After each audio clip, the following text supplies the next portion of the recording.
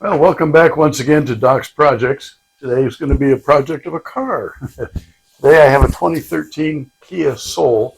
Air conditioning's not any good on it, and it's mid-April in Phoenix, Arizona, so it's going to be getting hot pretty soon. Air conditioning is important. I'm going to be replacing the AC compressor, the expansion valve, and the filter that goes in the condenser. Appreciate it if you'd subscribe to my channel so I can do some more of these for you and teach you some more about some cars.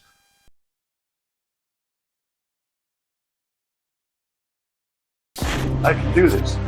I saw a YouTube video. First off, I want to make sure that you have the safety. Make sure you got a couple of gloves working and some good eye goggles. I want to make sure you got a well ventilated area. I've got a fan going, I've got the garage door open, I got wind blowing through. But in this case, a little over a month ago when I was checking it out, both of them with the compressor engaging were reading at 50 pounds. To remove this plastic piece that goes over the radiator, there's just several little plastic screws that you can pull up, and this removes easily, as you can see. On both sides of the grill area, just inside from the headlamps, you're going to see where there's just a little clip. There's a bolt that holds it down, and just a little clip that kind of holds it in place. Okay, to show you just how simple it really is to get this off, just a lot of clips. I took the bolt out from here, and I put the bolt right down there. But after I undo that, went around to the other side, undid this bolt, same thing, and the rest of these are just clips. You can see there's a clip there, that go in these holes. And then over here, the same thing. So basically just pulls away. Now underneath there are a couple more screws. Let's see if you can see right about there. Here we roar. So I got the screw out of here.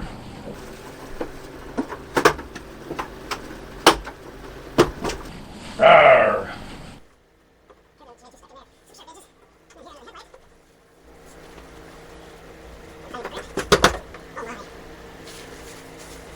And now I just have to remove some of the wires going to the lights and shove that out of the way.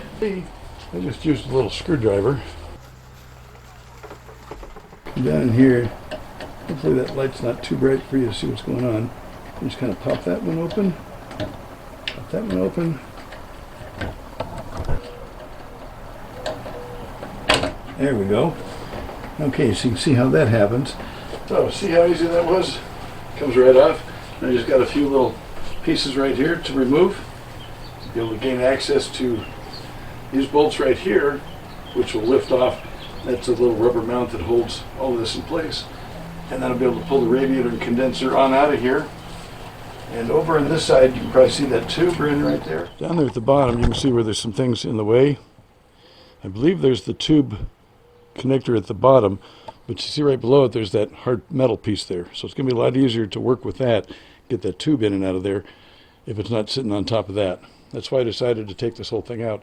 Plus, once I got this out of the way, you'll be able to see the front of the engine, and you'll be able to see the compressor a whole lot easier. I just needed to drain the radiator. So I'll be disconnecting the hoses from the radiator. I'm getting ready to pull this out. These are a 10 millimeter. Normally I'd be using my wire guns, my impact wrenches and drivers, but I want to be able to show that this can be done with basic tools. So that just comes off like that. You can start to see where this can loose. You see I've got the hose down here, and I've got this attachments here. So I'll be removing these two nuts, pull that loose, and then that lower hose, I'm going to take that clamp there.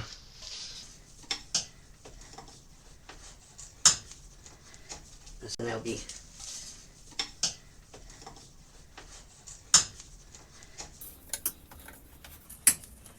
Sometimes these hoses get to where they're stuck on pretty good, and the nipple that it's on is plastic, so you got to be careful. You don't want to break that plastic, otherwise you'll be buying your customer a new radiator. in this case it appears I'm getting lucky.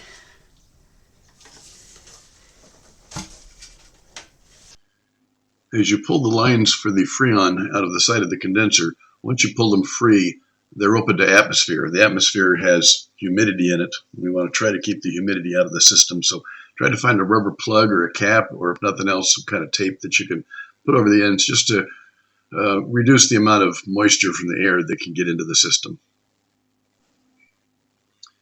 As you tilt the radiator and condenser assembly forward, you'll notice that there's a couple of hoses in the back that go across the bottom and then up to the left to the overflow bottle.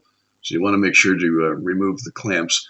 This has zip ties on it. Just simply clip them and they'll come loose. Now you get a clear shot of where the AC compressor is sitting right there, easy to get to. So once you have the condenser assembly out, you can get to that tube more easily. Remember, the bottom of that tube was up against some metal parts, making it difficult to do what I'm doing right here. So pull out the plug, take a good look at it. It's just a hex key that pulls that out of there. And then sometimes you'll need a little section of wire of some kind, or if you're lucky, maybe sometimes just some needle nose pliers. But you want to grab and pull out the filter. You can see that that's not real bad. This one's not in too bad a shape. Sometimes they're completely black. Sometimes they have glitter on them. And then the nice white one that's going back inside. And then just simply put it back together with the new tube, and there's the filter. For some reason, my camera decided to stop recording the audio, so I'm having to do a voiceover. Hopefully that works for you. As you notice there, I was taking some pictures. Always a good idea to take a few pictures as you're taking things apart when it's as complicated as this. Later on, you can refer back to those images to see what went where. What I'm working on right now is taking loose the belt adjuster to be able to remove the belt from the pulley. And this is one of the more difficult things to do, actually, but it's not so bad. Just you want to make sure that you have a map showing how the belt is fed. It's a serpentine type belt. You want to make sure that it's fed properly around all the different pulleys. It's like a road map, so to speak. So here I'm taking off one of the hose pieces to help get it out of the way. Off to the side of the alternator, there is an adjustment screw and a bolt. Sometimes you can just take that assembly apart to allow the alternator to move inward, thus loosening the belt enough so that you can pull the belt off the pulley for the air conditioning pulley. And finally pulling all the bolts out so I can remove the compressor. Just getting ready to pull it on out of there, and then I'll match it up to the other one. This is a typical expansion valve. Most cars will have an expansion valve or an orifice within the tube itself. I've only got 3 bolts. I got this bolt here that holds on these tubes, the manifold tube, and then these 2 right here. Let me double check and see what sizes those are. I want to take this bolt loose first before these, because once I turn these loose, this thing's going to be wobbly, not as steady, not as stable. And as I'm trying to move this, it might want to move back and forth. So while it's locked in securely, it's easier to get this bolt loosened up, and then these 2 afterwards.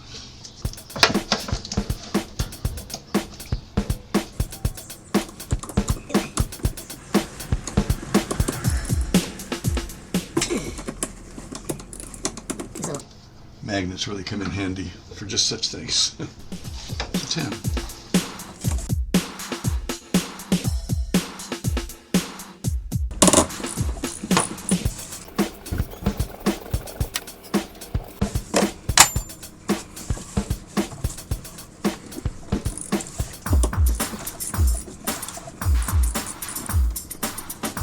And just a touch of oil to each one of those. Again, they probably have enough oil on them, but I just want to be on the safe side. I want to make sure I don't pinch one. When you're putting these back in, you're putting the bolts in to get it lined up. You want to give a little wiggle here, there, a little twist and push. You want to try to make sure that all those O-rings are well seated in before you start cranking down those bolts.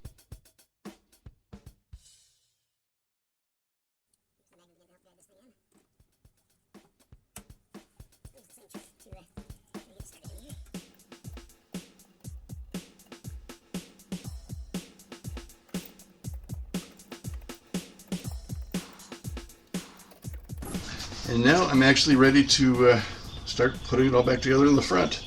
Okay, so I got the compressor back in, I got the expansion valve installed back there, and now I'm going to put the belt on before I start putting everything back in place. Otherwise it'll be a lot harder to do. So I'm going to go ahead and put the belt on, the serpentine belt here. So now all I got to do is I got to bring it up, put this bolt back in place, where it belongs.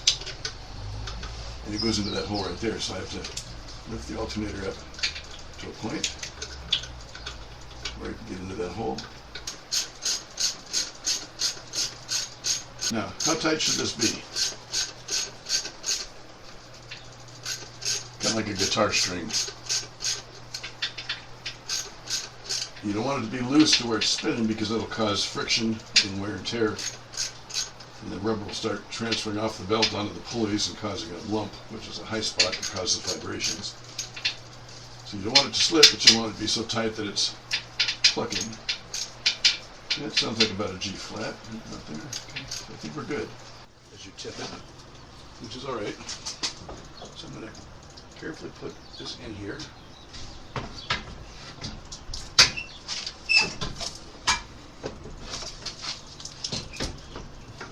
Make sure that I put them in those holes.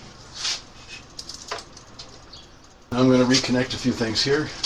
Remember, I had this wire here that I had to disconnect. Put them together is easier. Just push them together till they click. Got a hose right here that's got to go on here. This hose is already on here. It's going to go in there. And I got to put the clamps on. So I'm going to go ahead and put it back in. Put these brackets back on, put the hose back in, and you get to watch. How's that sound?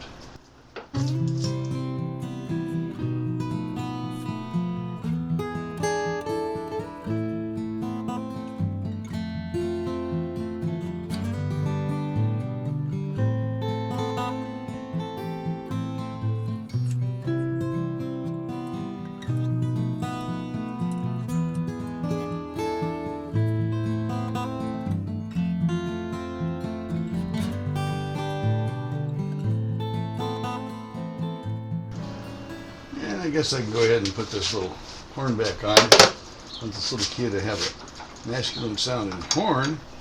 You know. So I better put that back in there too. I think what I'm going to do now, I'm going to go ahead and reconnect these because that way the whole system will be all connected and sealed up.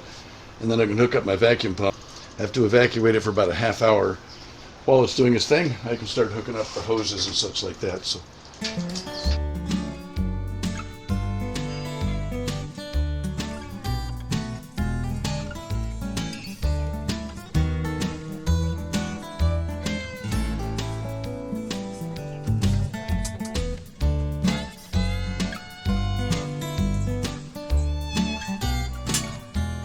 Okay, I've got my vacuum pump hooked up.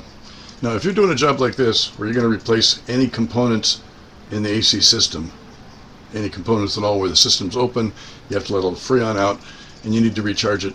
You need to do an evacuation first to make sure you get all the possible humidity out of the system before you put the freon back in and start working on it. I'm going to let that go, like I say, for about a half hour. If you haven't subscribed yet, now's a good time to do it. Close it off. Turn that off. Well, that looks much better, doesn't it? I'm going to let it continue on. I'm going to make sure everything's nice and tight.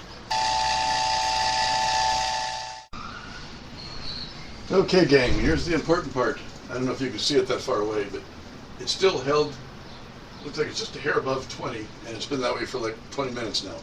So evacuated for a half hour, closed off the system, it's holding the vacuum, which means no leaks. Yay! Now, here's where it's critical. The atmosphere, the air around us has moisture in it, humidity.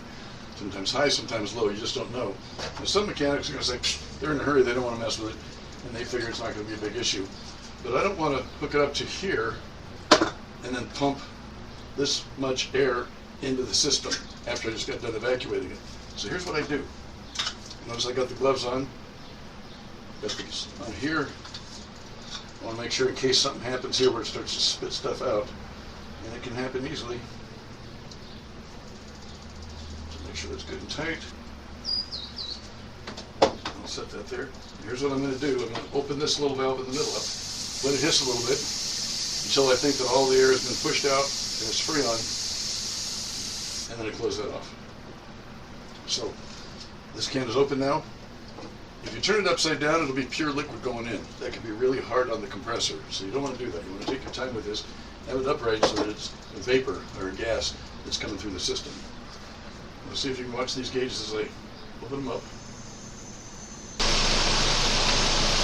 This can's about empty, so I'm going to get on my gloves and goggles and I'm going to switch cans, start bringing it up. So far it's looking good. Trying to tone this down. I don't want it to take all that much at one time. Again, I don't want to damage the compressor. So. Okay, well, we're pretty much done. For today's temperature that's outside this time of day, this is sitting at 35 on the low side. Roughly about 230 on the high side in there. That'll go up a little bit as the idle goes up. So when you're driving, speed goes up. This will go a little higher, this will go a little bit lower. But right now we're in a good range. My hand's getting cold coming out the vent.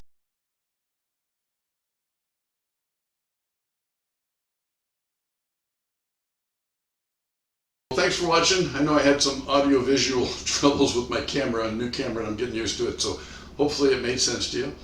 A little bit about myself. I was retired several years ago as a master technician for both medium and heavy trucks, as well as for automotive. Finally retired. So now I just do little car repairs here and there for friends and family, and I like to videotape them so I can give you some ideas of how it's done, as far as replacing spark plugs, taking care of your brakes, how to rotate your tires, a lot of money-saving tips. So I plan to put together a lot of shorter videos to address some of those kinds of things. So please subscribe, hit the little bell that lets you know when I've created a new one so you can check and see if it's something that you might be interested in.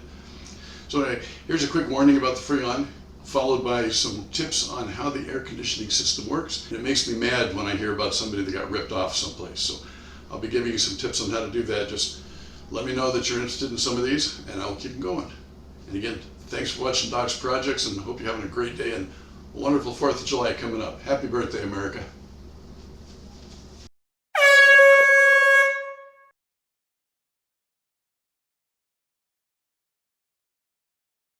Okay, here's a basic diagram of the air conditioning component systems. You'll notice we start with the compressor on the top center. The compressor pushes the Freon through to the right side, which is the high pressure side now. And as the high pressure comes up against what we call the expansion valve or the orifice tube in the circle at the bottom left, now it goes through into the low pressure side. The top left, you can see where there's a safety switch for low pressure. If the Freon runs empty, it doesn't want the compressor to burn itself up, so that switch will turn off the compressor until such time as you have Freon pressure again. And then it makes its way back to the compressor and starts the cycle all over again. Okay, now let's take a look at some of the components up close. This is a compressor that we've been talking about. And then we've also got the evaporator coil. Notice that it's got a lot of tubes running back and forth, back and forth, back and forth, so that we have plenty of time for the vaporization of the Freon. And then here's what an evaporator cord looks like when it's all plugged up. This comes from like having a lot of dogs or cats and hair and lint and other kinds of funnies that happen to come along in your car. We've seen all kinds of things that plug up those evaporator cords, but we'll show you later how we can clean that up. Here's a typical condenser. And as with the evaporator, the condenser can also get plugged up with debris such as bugs, flies, different kinds of things as your car's driving down the road. And here's what a typical low pressure safety valve looks like. Now, in the event that you might feel that your Freon is low, causing your safety switch not to let the compressor come on, there is some ways that you can try to check this out. You can try to put a can of Freon in, thinking if the system is low enough to accept it. So you can try one of these, and you would probably want to ask your guy at the auto parts store how to work those. And once you put a can of Freon in, then you might find that the compressor suddenly engages. And if that's the case, then you know what you've got. You've got a system that is low. Next step then is to figure out if you've got a leak or if it's just normal leakage from the factory, which does happen after, 8, 9, 10 years, depends. So being that low on Freon doesn't necessarily mean you have a leak, but you should have it checked for a leak because you don't want Freon to be escaping into the atmosphere. To find out when your system is working well with the proper amount of Freon in it, you want to take a look at the gauges. This is showing typical gauge pressures at normal ambient temperature.